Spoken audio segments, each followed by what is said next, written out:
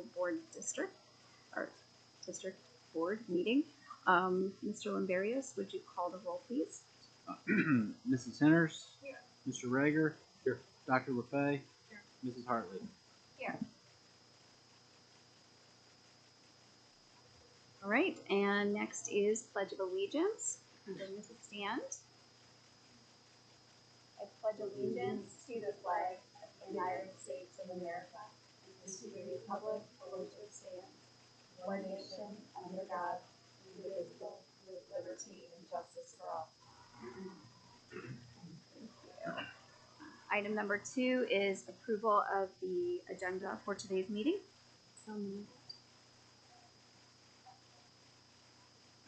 Mrs. Henners? Yes. Dr. LeFay? Yes. Mr. Rager? Yes. Mrs. Hartley? Yes. All right, item number 3, audience community comments. We have one, David Wilbur. Okay. Mr. Wilbur.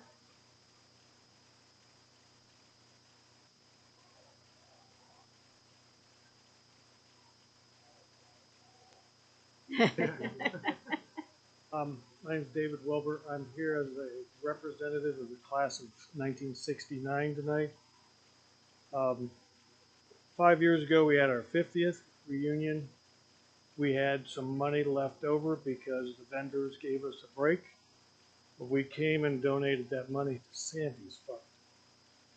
This year, we had our 55th. We asked for donations to cover expenses, with any extra to go to Sandy's Fund. And this year we have a check for $665.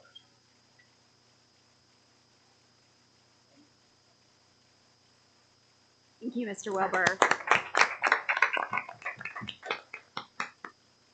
You're grateful to your class. I know it's a close class and we'll meet regularly, so thank you so much for thinking of our students to do that. Do you have any others? Is that it? That's it. Okay. See all of our folks here. Okay, everybody. And number 4, administrative reports. Yeah, so we're starting off with a building presentation from the high school. So last board meeting, there was some questions about our GPA system. So I've asked them to present on that, give us some more information. Thank you. In 2015, CCP came into existence and it changed from post-secondary enrollment options. So there were some new rules that came along with it. And what it ended up doing is weighted grades at the college level for anything that was in science, social studies, English, or math. If we weighted it here at the high school, anything at the college in that subject area had to be weighted. So what the high school principal at that time and the faculty and staff saw happening is that there was quite an exodus of students going out to BGSU Firelands, being in our back campus. And they actually saw one of our students go from number 11 at the end of her sophomore year to number 1 at the end of her senior year without taking any further coursework here at Huron High School. How was she able to do that? For every 3 college credit hours, you earn 1 high school credit. So you can take up to 30 college credit hours under the rules of CCP. So if a student goes out to BGSU and they take English, math, science, and social studies and takes up to 30 credit hours, they can get 10 weighted course options. Here at the high school, we do English, math, science, and social studies for only 4 credits. So a student was encouraged by the GPA game, were encouraged to go off campus to take those courses. I have a unique perspective on this, being a school counselor in my former life for 12 years. And we saw quite a bit of that game being played. Hey, who's number 1? Who's number 2? How many points am I behind? Well, I don't want to take this class because this class isn't weighted. And so we saw an adverse effect on our elective courses. If a kid is in band, if a kid is in choir, if a kid loves art, if a kid's into sports and wants to take PE, our business courses, our health courses, all those courses take a direct hit on that because those courses aren't weighted. So Scott Matheny, the principal in 2015, I was just rereading the emails from him. gathered the faculty and staff, and they talked about this issue that the new rules under College Credit Plus has created, and that at that time in 2015 they voted to move away from a weighted system and class rank and go to what's called a Latin honor system, where kids are encouraged to compete against the curriculum and not encouraged to compete against each other. And so that's really where it went to in 2015, and they had to start that in with the incoming class of 2016. So your first graduating class that went through this unweighted system was your graduating class of 2020. So here we are 4 years later than that, so almost 10 years of data collection. And we have not seen any real adverse effects about impact of kids getting into school. Admissions wise, actually quite a few of my colleagues are quite envious of us being just strictly a 4.0 system, because there's nothing hidden there. And it's the kids aren't impacted by playing that GPA game of taking which courses. They can actually challenge themselves and take what they want to and explore different courses. Philosophically, for me, I think we get to sell the intrinsic value of education, right? You're doing what's great for you specifically. You know, we're not worried about where you're going to move on this class rank system, but let's challenge yourself appropriately, whether that's an honors course or an AP course. So that's how we got here. I like the system. I think it works for our student population. We have great success with our academics, 5 stars 2 years in a row at the high school level. Very proud of that. Very proud of our college going culture for our student body. And I think it's a good system, the cum laude system.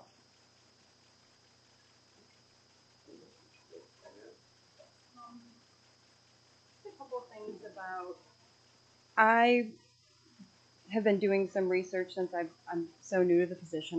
This is my 4th year, and these questions come up every single year. And usually from families that have kids up in those probable 10%, top 10% kind of area. And for a while I thought that it was just like a recognition factor and wanting that rank and the valedictorian to come back and all of that. But what I think the real concern is sometimes when kids are applying to schools or applying for merit scholarships at a school, that 4.0 can be disappointing for a family, because once you fall below it, there's no going back. You can't mathematically get back to a 4.0 after you're at a 3.98 or whatever. So, which one college I had to actually explain that to over. So I know that there's a lot of different factors when it comes to that, but what I will say about it is many of the colleges that have that, they have a 4.0 scale that they are comparing the transcripts against when they come in. And if you come from a school that has a weighted GPA, they take the weight that you give them. So, but what they do is then either some schools, like Ohio State, for instance, will bring them all down to 4.0 to make them comparable. Other schools, like Miami, will apply their own weighted scale to 4.0 students that come in. So every school is a little bit different. And then there's schools like Kent State where, yes, they have that 4.0 like upper presidential scholarship. But then if you're not a 4.0 student, then you can also submit your test score from an ACT or SAT that shows you're at that competitive level and you should receive that scholarship. So most schools that have that cutoff are also going to offer another option of how, if it's funding that is the motivation for the student, then they'll have another option for you to get to that funding. So those students that are truly those highest performing students and not just looking for a little boost to get them ahead 1 or 2 ranks are going to have that anyway. And I went back and looked at another complaint that I've fielded over these couple years are parents saying, well, of course, so-and-so is going to have a 4.0 because they don't take any AP classes, they don't take honors classes, so it's not fair that they're going to graduate summa cum laude and, you know, my student took all the hard classes. Well, that's just not a thing. I looked back over our GPA reports over the last few years, and all those kids that fall into that Summa and Magna, they all have honors in AP and CCP courses. So there's no skirting the system either. You either challenge yourself or you don't. And then one other thing that I wanted to share is I called out to NOWECA, who manages our progress book, and asked about, you know, the differences between some schools that are weighting and some that are not. And the way they explained it to me is so there's difficulty points. And you add those difficulty points to the courses, and they get spread across all of the courses when they're added. So then what happens is, let's say a student who is interested in becoming a music major in college. Let's say they want to be a music teacher when they get done, or a band instructor. Then what happens is, if they take band and we have a weighted system on difficulty points, the highest grade they can get in band is an A, which is a 4-point. So even though they're getting the highest grade, what happens is their GPA falls.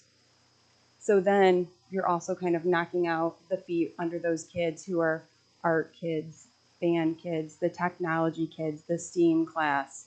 All of those kids would be better off GPA-wise sitting in a study hall or taking a class out at Firelands. Now, entry-level CCP, level 1 CCP classes that kids take have varying levels of difficulty. So, you know, if you have a student taking a class that's entry level at, let's say, in the social studies category, where once a week they make a post, the next couple days they respond to a couple posts, they might have a paper they write once a quarter, and then they have a midterm and a final. Any student who's a pretty well-organized student and is able to manage their time should be able to get a pretty good grade in that course, right? And that's 1 credit in a semester. So that's going to give a power punch boost to their GPA anyway. Where you have other kids who are going to work all year in an AP class to get that half a credit.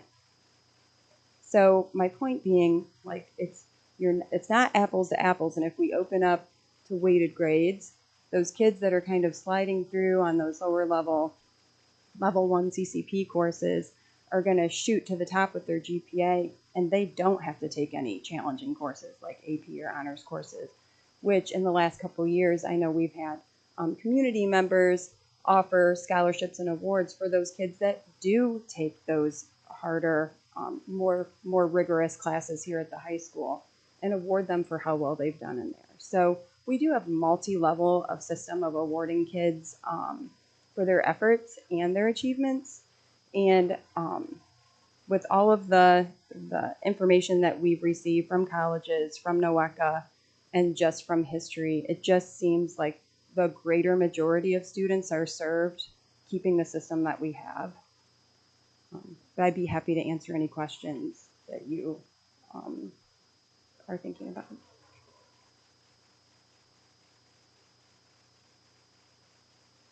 Mrs. James kind of alluded to what I was going to talk about, but speaking from my former life as a band director, as I'm looking at our senior class right now, several of our top students are either band students or kids that are really prolific in art.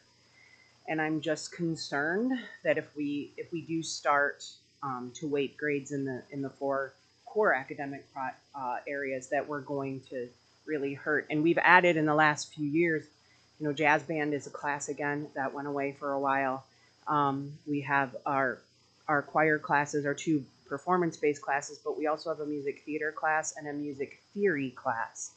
And again, if we have kids that are competing for that top space or the top spaces, we're going to be pulling kids away from those music classes that they might have a love for. And as Mrs. James alluded to, if they want to go into music, if they want to be a music major, music theory is a really important class to take.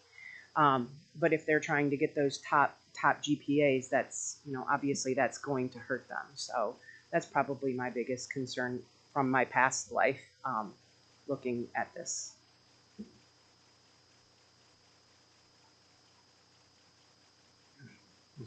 If the board has any questions, or No, I just like to really thank you guys. I don't think we were really challenging. I almost felt like you were defending our current system, and I think we all just were asking questions because we're getting asked questions, and it's nice to visit things fresh and make sure we're still on the same, the correct or best course. So thank you so much. It was really helpful.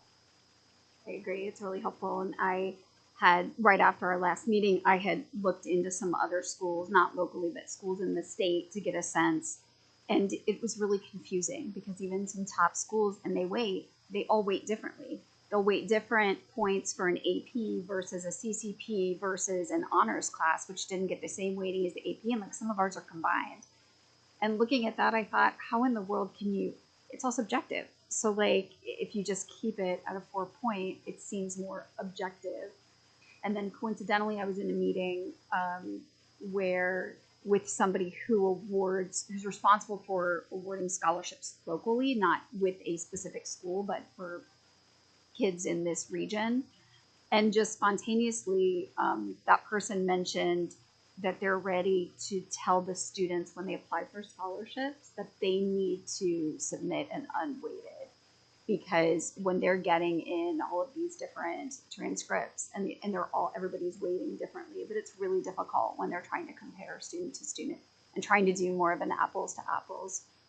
So I thought that was an interesting, timely comment to hear. So thank you for presenting and all of your research. Yeah, I mean, I would echo all that and just say, I think, after having now sat with this for almost 10 years, it made sense to kind of give an update to the community on like what was working and really like be able to tell this story and these reasons so that people can understand, right? Because that's usually sometimes the heart of conflict or, consternation is just not understanding the why behind the what on this. I mean, my son just graduated last year, and the way we approached things was like, we're trying to get you ready for college and to be successful in a career, not like chase a ring. That, I mean, while not unimportant, is not going to be the be all end all of either your college career or your professional career, right?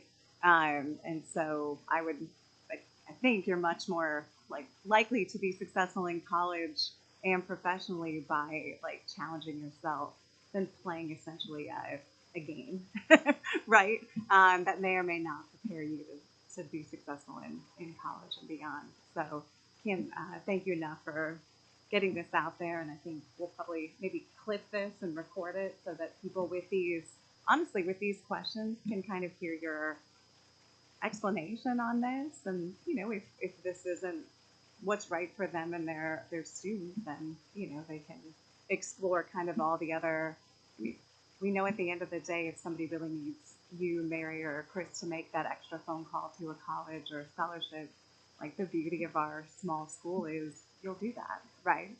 So, we'll fight those fights when we have to fight them, but it sounds like that's not too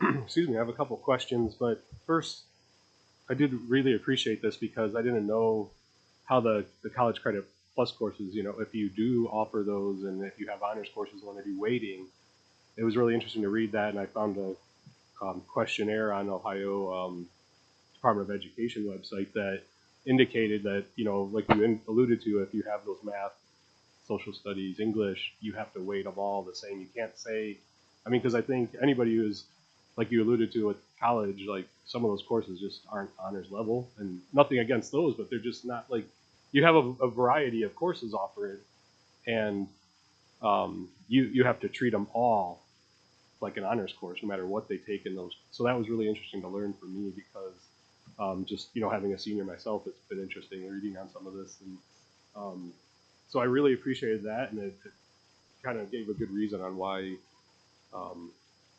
you went to this method, or the school did 9 years ago. I do have one question on the policy. We have grading system policy, and it just says the board will approve it. Is that what we do in the handbook, basically? Yeah, I would say that's in the handbook. Because I was just trying to look for like GPA or something. You can't find. There's not too many things that pop up with that, but that came up.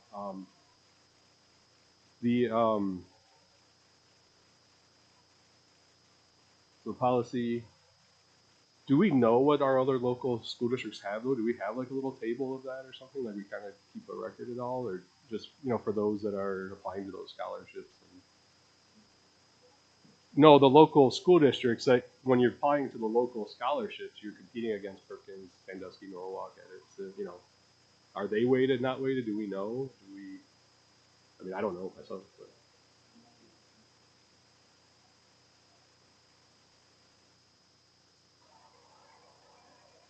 So.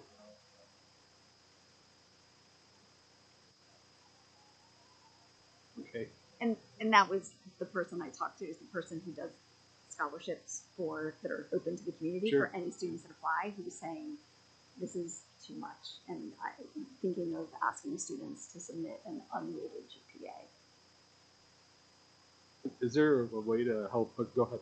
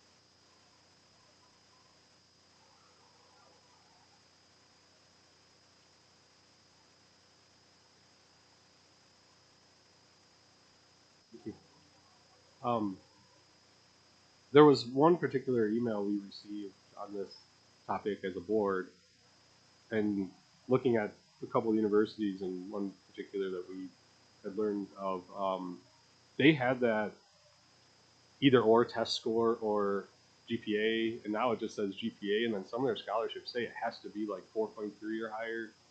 If there's like a particular university like that, is there a way we could provide, with a submission that you could have a quick calculation and provide that for those specific institutions, or no? I mean,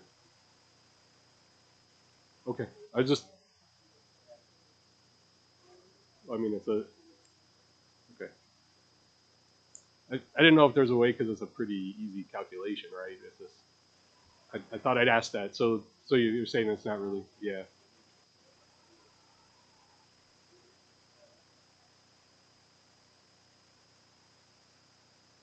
A single scholarship that's available? No, it's like their website. I could show you later, but yeah, it's Is it an institutional scholarship from the college yeah, itself, or is it one that's no through through the university. So it's kind of surprising they have that when all the other ones you mentioned.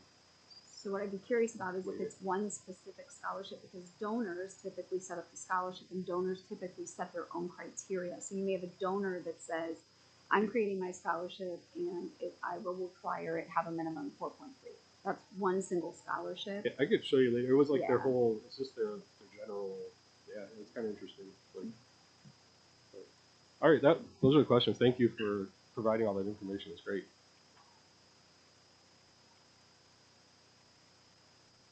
Thank you guys for presenting. Perfect. And now we have our student liaison, Grant. Hello, everyone. I hope you all are doing well. There's been a lot going on. For sports, both cross country girls and boys were SBC championships, not champions, I should say. And then the girls were also district champions, and boys were runner up. For soccer, both boys and girls teams are done, but they both had fantastic seasons. And then volleyball and football are still both doing well, and they're coming close to the end of the season, I think. Yeah, week 10 for football. Yeah.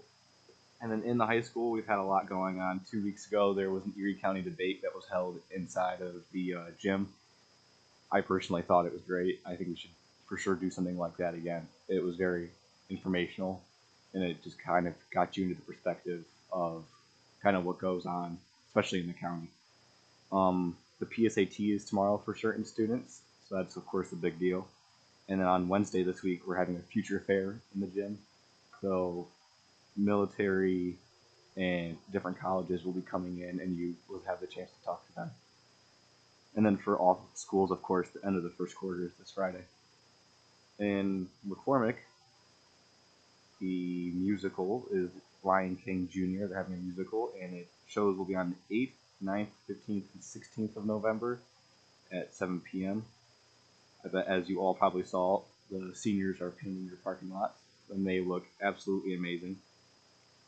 And I bet you also saw the giant semi-truck out there, and so that's the Drive to Victory, and that just started, so you can drop off anything. They just donate it from 11 a.m. to 7 p.m. through Monday through Sunday, and we're facing Edison again, so it's kind of like a competition to donate more. And then Victory Day was just held last Sunday as well with Sandusky St. Mary's at McNulty Field. And that's it. That's all I got for this. The plug in for Lion King, like where people can get tickets, you know? I did not see that.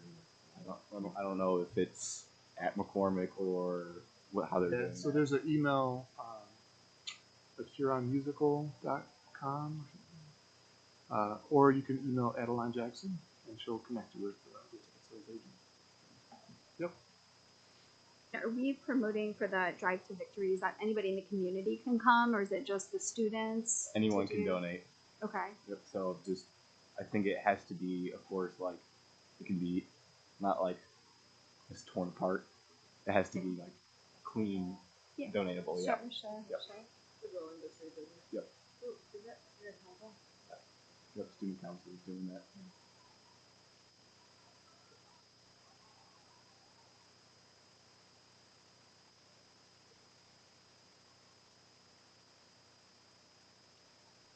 Right. Believe it or not, we are a quarter of the way through the fiscal year already. Kind of snuck up on me too. Revenue for all funds we're at 35%, and then general fund we're at 33%. So we should be around 25 at this point. I think we're a little ahead of schedule. Everything's coming in really well right now. Expenditures in all funds and general fund. All funds are at 27%, and general fund we're at 21%. So the average of that, I think we're right on pace for where we should be. Donations for September, we had a snowblower donated, and it's valued at $850. I didn't find out about this till a little bit later because I normally look at the receipts, check the donations, and this was an actual physical item. So I don't have a ton of information on it, but I do know that a snowblower was donated. Purpose statement and budget approvals, girls basketball, swim and dive, wrestling, and then there was a late edition that got handed in, and it's bowling. I wanted to get it on so we can get that all rolling for them. So that was a little bit of, yeah. Then some additional announcements. Capital Conference we talked about is coming up November 10th through the 12th. The GAP and the FY24 audit is in full swing. They've set up these share files. We drop stuff in. They let us know when they need more or have questions, which there hasn't been too much yet.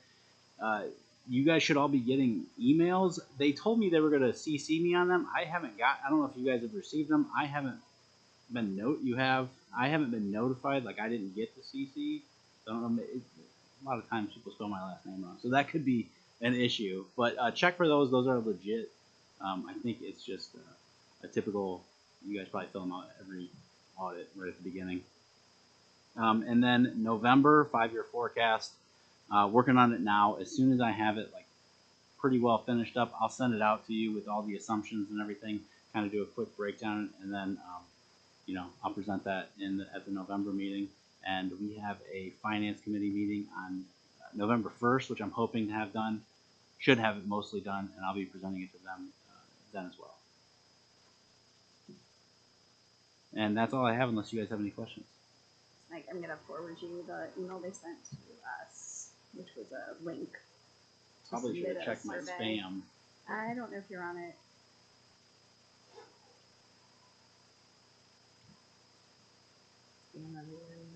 I didn't want to send out a reminder too early.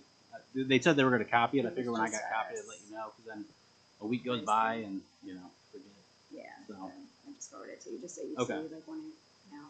Thank you. And Dr. Chapman. First items on the agenda, so 7A and B are service contracts for special education services. And then under personnel for certified, we just have salary advancement and recognition of that Saturday school supervision. So when needed, it's not all the time. And then for classified personnel, we have a couple of employees looking to serve as Tiger Kids Club substitutes. So when one of the regular employees aren't available, they can serve in that. We have a transfer to the head custodian position, Lisa Meyer. So she's been the second shift custodian at the high school for a good amount of time. She has the skills and knowledge, and she's ready to rock and roll. So, and then recognition of unpaid sick leave. So as those come up, we're able to process those. And then the last is just a switch of IST coaches. So Christy Traskey was holding it, and she decided she wants to step back from that. And then Tracy Harbaugh, being new to 6th grade, she said she'd step up and take that on. So just a little switch there. And then the only other items I wanted to talk about was last month the board approved the athletic trainer service contract through Gnomes. And in that meeting I said, well, it hasn't been approved since 2017, so it's great we're doing it now. And there is some changes that we would look for in the future. But even with that, with the language that's in the current contract, we were able to cover all of the home events at Huron Memorial Stadium. So we've always been covering football, but now we also this fall, towards the end of the season, we're able to cover the soccer events. And then also volleyball, the trainer's available. So we already expanded that service, and then as we look towards next year's contract, we'll try to include that language in there that those sports are covered. So it's not a maybe extra, but it's a guaranteed in there. And then Gnomes can work to help us provide the service. They do a nice job, and so we want to make sure all of our athletes are protected there. And then the other is this month is School Safety Month, and this week we're doing school bus safety. So this morning and every morning we're going to do different evacuation drills required by the Ohio Department of Transportation. So the kids arrive at McCormick, and we do the dismissal from the front, dismissal from the back, dismissal split, and go through those procedures. I'm sure the middle and older kids are like, okay, we know what we're doing here. So, but that's required, and it's good to do, keep kids fresh. But also, I just want to point out, there's a reminder to the board that in January of 2024, the state's School Bus Safety Committee can finish their work and produce that report. And in there, they made several recommendations. One of them was considering seatbelts, but not requiring it. And I think, unfortunately, with some recent events in the last 12 months, we've seen reasons why seatbelts could be troublesome as far as evacuating a bus quickly. So there's a lot of safety features in the bus. It's like a rolling tank, and there'll be times that a bus will get hit. And when you talk to the people that were on the bus, they'll say, yeah, I felt a bump, but I didn't really notice. And then you look at the car that hit the bus, and it's like pretty smashed up. So we continue to have an eye on school safety, transportation safety, but as far as seatbelts, we're not pursuing that opportunity. And then in February, we're going to circle back to school busing as far as looking at restoring the high school busing. But that's on the radar for February for next school year. Other than that, if there's any questions. I think on the seatbelt issue, have we checked with our local kind of peers to see how they're approaching that issue? and maybe our fire department just to get their kind of take is like I recall even doing like a bus, like a where they simulated a bus crash back when I was in high school and then extraction. So I don't disagree with necessarily the position, but just that if we were ever challenged on it, that we could back it up with not only benchmarking but also, having checked with our kind of subject matter experts on emergency services side. Yeah, so we haven't checked with like local police and fire. Regionally, the only district I know that has school bus seatbelts would be Avon Lake, and they bought one bus as a pilot a few years ago, and they've decided since that they, with future bus purchases, they would not include the seatbelts. They just found it more cumbersome than beneficial. And then as far as that safety group from the state level, they had different stakeholders at the table, including safety service personnel. So not to hang it all on like a state committee, but I think they did a pretty robust job of exploring all options and all safety features of school buses, not just seatbelts, but yeah. So I guess to answer your question, no, like we haven't specifically talked to like Huron Fire and police. We could certainly. They may just default to like recommendations from the state or the region. If that makes sense.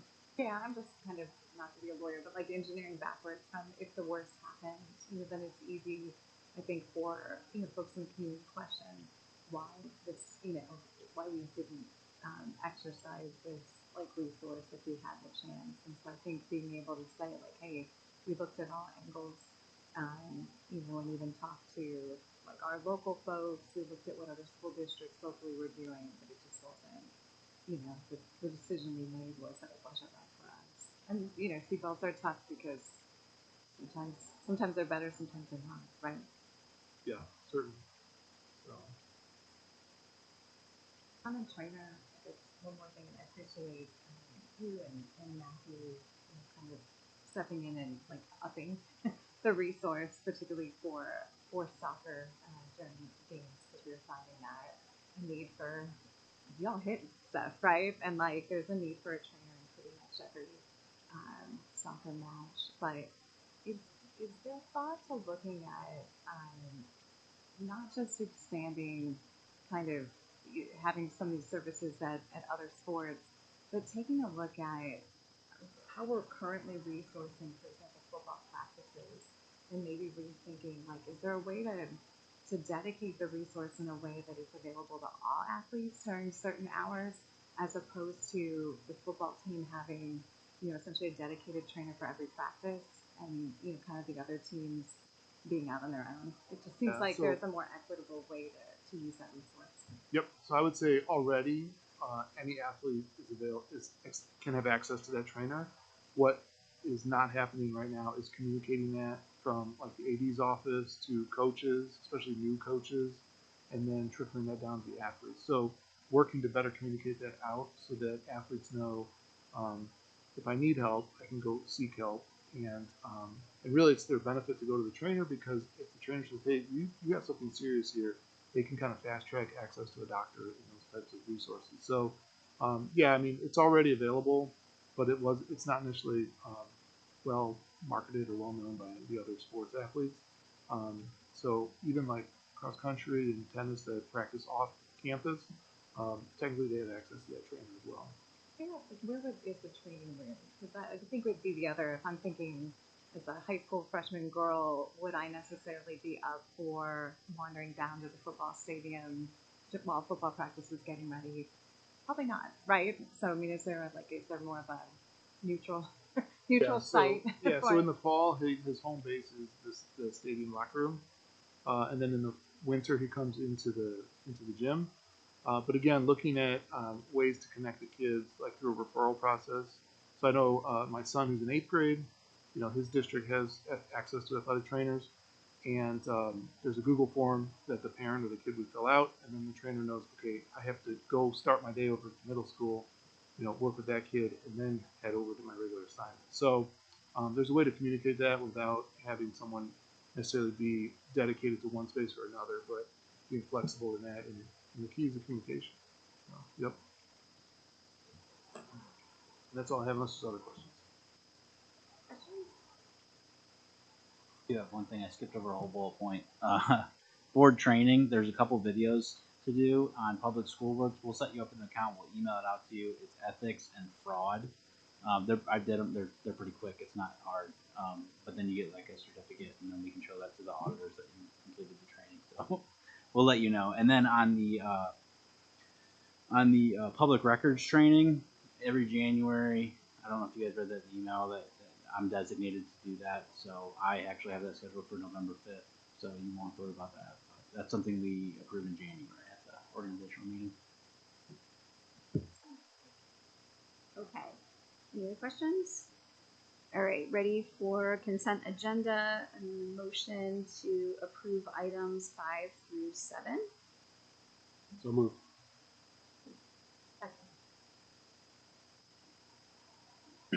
Mr. Rager, Yes. Mrs. Henners, Yes. Dr. LeFay, Mrs. Hartley. Yes. Great. The next item, number 9, board discussion action, update from stakeholder facility committee. Go ahead. So we met a few weeks ago, right?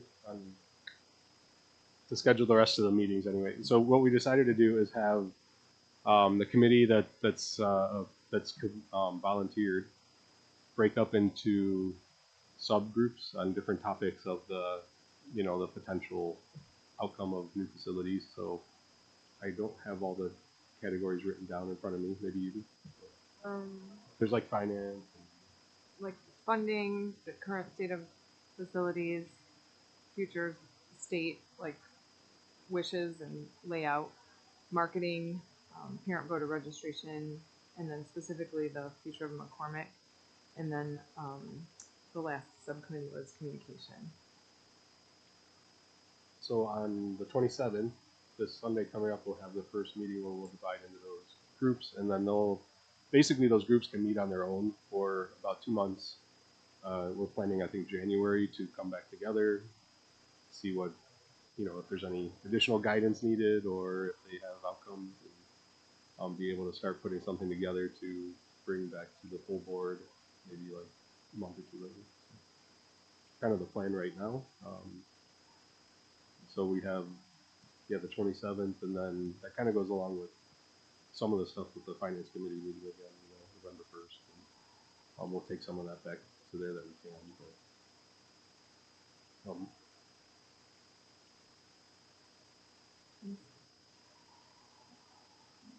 Thank you both for your willingness to serve and head up the committee, and thank you to all the people who are giving their time to serve on that. Sounds like you're really positioned to make some headway this year, so thank you. Great, thank you. New business. Anything? I had just a couple quick items to mention as a follow-up from the last time when Jody had gotten an email from a local district. Oak Harbor had offered to host a meeting just of school board members, just kind of informally from the region. So we did that a couple of weeks ago. It was really beneficial. They had maybe 3 different topics that really, one of them was like the county reappraisals, for example. So understanding and talking, because we had folks from, I think just 2 counties. I think we were Erie County and Ottawa County were represented with 6 different school districts there. So just chances to talk about those kinds of things going on. We decided maybe keep it going forward, maybe just twice a year. So certainly if anyone else is interested in attending, the next meeting will be March 1st. So Saturday again, we may move it to a different district. One person that came in that presented was a gentleman named Jim Betts. I think he came in from Cleveland. He is with a work group that I was not even familiar with.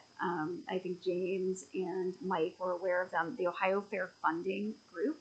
It is a group that is actually made up of superintendents, current superintendents and treasurers from districts across the state of Ohio. They work really hard on getting the fair funding plan, the Patterson plan that was passed years ago, to work with the legislature to ensure that it is fully funded each year.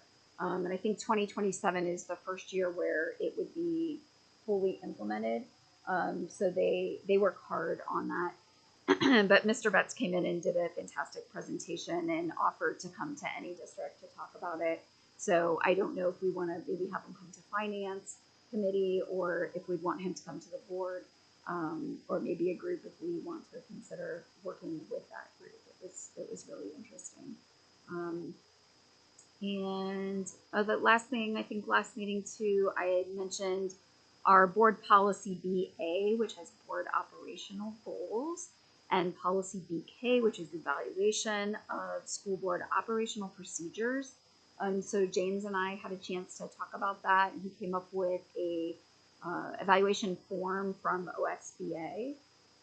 So it looks like, you know, there's a great format. It really could be something that's more informal. We talked about maybe it should be something that we each do just kind of internally to think about different things and different aspects of our role as school board members, rather than some formal reporting and aggregation of, you know, the performances on there. So we'll bring forward, we'll see too if at Capitol Conference, if there are any sessions on there, and I'll be happy to attend those. And get any other documentation that might be available, but bring it forward in following meetings, maybe for looking at next year, if there's interest in the board. And that was all I had.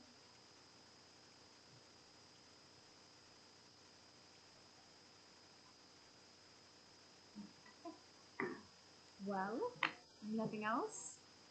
I think we have next meeting. We have nothing for executive session.